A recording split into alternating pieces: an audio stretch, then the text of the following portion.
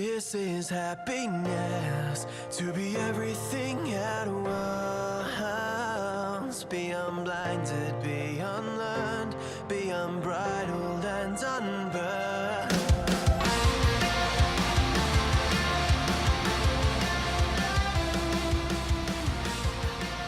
Hey everyone, and welcome to today's episode of Mood Prep on the Human Movement Radio.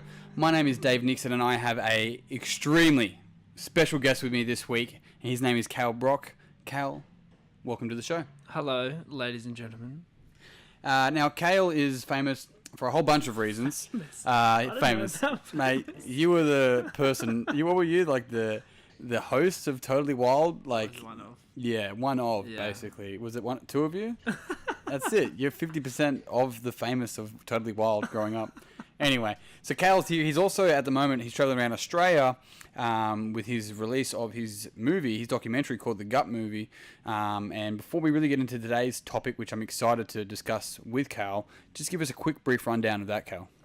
Sure. The film is basically an exploration, an investigation of the human gut microbiome, and we sort of look at how changeable is the gut microbiome. So the story is sort of me. I head to Namibia and live with the tribe over there, and test my gut bacteria to see how it changes whilst I'm there. And throughout the film, we sort of bounce back to various experts like gastroenterologists, immunologists, naturopaths, just talking about the gut and the microbiome and how it sort of impacts our health and well-being every day. Wow. Okay, cool. So, because obviously this podcast is quite short and sharp, where can these people go to watch The Gut Movie? So we are sort of touring cinemas at the moment, so you can check out thegutmovie.com. That's probably the best way. Cool. Very good. And that should lead you to some ways to either A, find out where it's Screening, yep. Hosting, I was going to say. Or even host a screening themselves. Cool. So we sort of can't always go to a variety of locations. For instance, here in Canberra, we sold out the first show. Now the second show is actually being sponsored or hosted by someone here in the health community. Cool. So, yeah, it's a good setup. Yeah, rad. Cool. Well, let's get on to today's topic, which was something that you came up with. It's something that I would have touched on a little bit last week, but I think it's worth definitely delving into and getting your perspective on it, and that's winning the day. Now, what does that mean to you? I think winning the day takes the pressure off. Right. So, I mean, and to put that in a more tangible way, for me, for instance, if I go surfing first thing in the morning, and I know those days when the surf's going to be really good, I'll get up at whatever it is, 5 a.m. or 5:30, and I'll go surf, and time just flies, and I've surfed for 2 hours.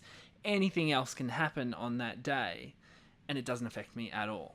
I've already won the day. I'm already feeling positive. I'm already feeling like, I'm fulfilled with what's happened today. So I feel like, having those anchors, and I would say repetitive behaviors that you can actually access every single day, preferably first thing in the morning, it really sets yourself up for a good day. Right. Yeah. Okay, cool. So it's sort of like almost a variation of mood prep.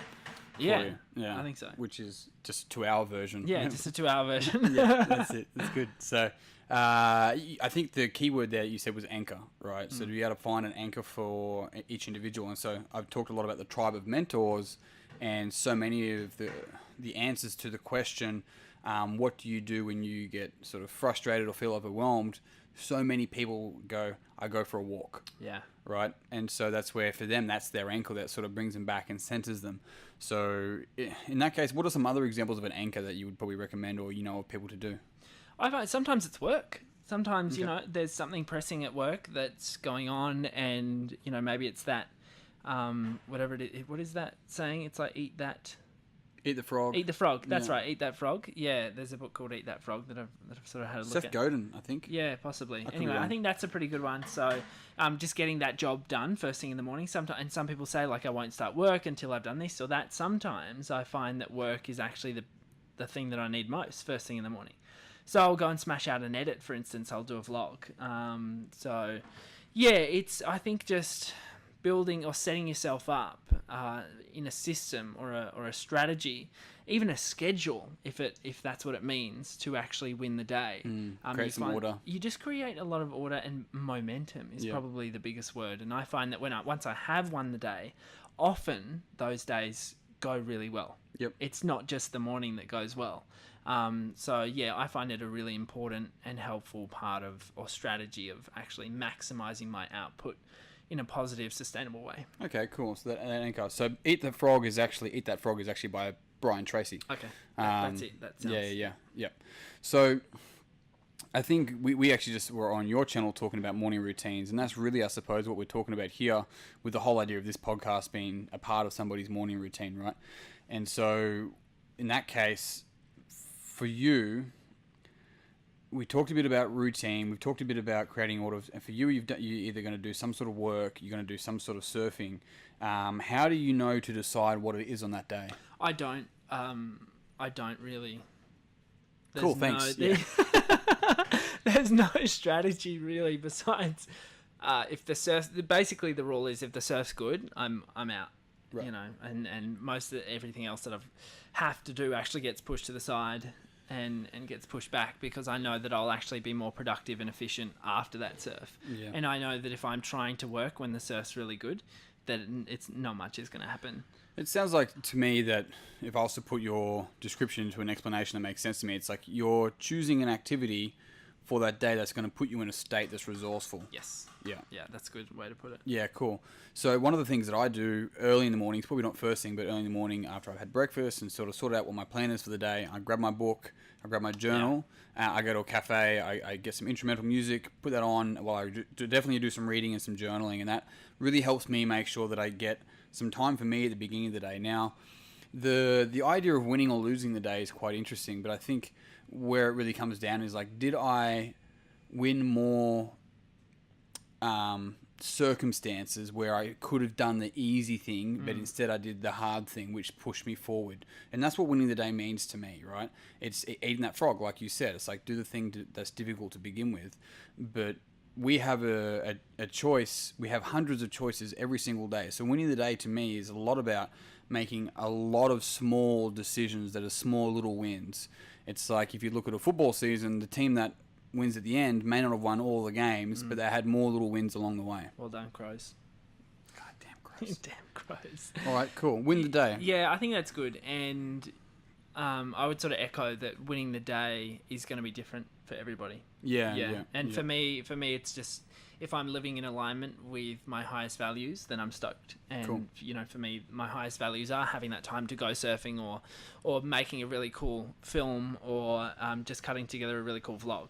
You know, just creative expression, really. So whatever enables me to do that means I'm successful.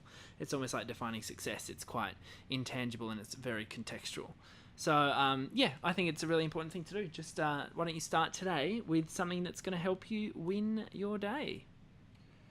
Yeah, beautiful. So I'll probably leave this podcast off saying and adding to what you're talking about is the ability to define what your anchor is and being okay with that anchor changing over time, because what's going to be your anchor probably when you're 25 is not going to be the same anchor when you're 40. Maybe your life's changed at that point. So spend today and think about what you can do to bring yourself back, to center yourself, to anchor yourself in a resourceful state.